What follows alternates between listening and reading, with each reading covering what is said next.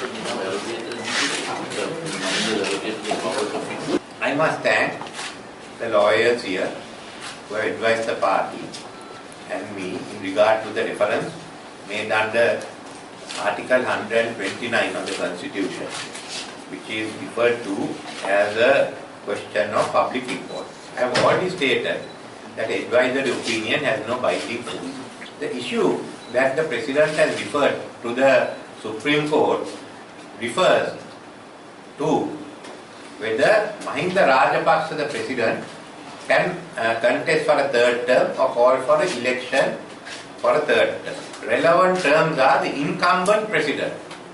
Incumbent is the holder of the office. Then the holder of the office is Mahinda Rajapaksa. Now this is a question that pertains to only Mahinda Rajapaksa, to no one else. Then it can't be a matter of public importance. Then he cannot bring it under the terminology of Article 129. There is always under the Constitution, under the law, the prohibitions for contesting. If it's under the Pradesh Sabha law and if it is under the Provincial Council law, then before nominations are handed over, we ask our lawyers to advise us, are we qualified to contest or not? Similar disqualifications are placed in the Constitution in respect of Parliament and in respect of the President.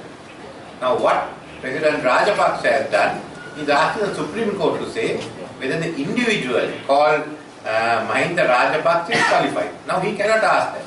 This has nothing to do with the powers or the functions of the President.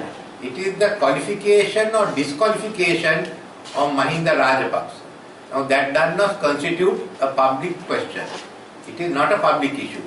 If you want to challenge an individual's right, then you have to go to court in the normal way and get a judgment that is binding. Now this is the way it has to be handled as far as an individual is concerned. By going into the Supreme Court and ask for advisory opinion, then it has to be to a class of citizens, maybe the media, or can be politicians as a whole. And he does not say in that what is the articles of the Constitution or sections of the law which constitutes the impediment. You are asking the Supreme Court to go on a voyage of discovery. This is not possible. Secondly, the best place to challenge, and the law has made provision, the place to challenge the qualifications of a candidate is when nominations are handed over. The Commission has to give a decision. Once the Commission gives a decision, you are free to challenge it in the courts.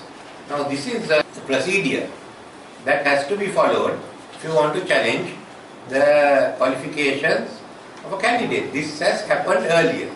I would also like to point out the 18th Amendment was rushed to courts. We are against the repeal of the independent commissions and the 17th Amendment, and we said it was badly drafted. Now we see it's badly drafted. The intention was to allow Mahinda Rajapaksa to contest a third time, and the actual law is different. And the whole thing has gone to Supreme Court. It has become an open issue. Even the government MPs and ministers have a right to know. Parliament has a right to know who botched this whole thing up, who made such a big mess of the 18th Amendment. President can't hide behind it by asking for advisory opinion of the Supreme Court, because if the law is properly drafted, there is no question of going to the court at all, in whatever capacity. So I thought I would point this out and say that the United National Party will not be going to court in any way to express our views on the question referred to the court by the President.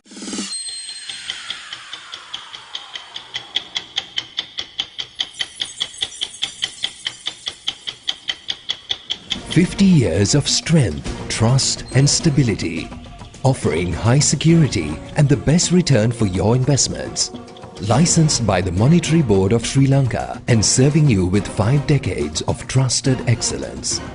Mercantile Investments and Finance PLC, service that extends beyond.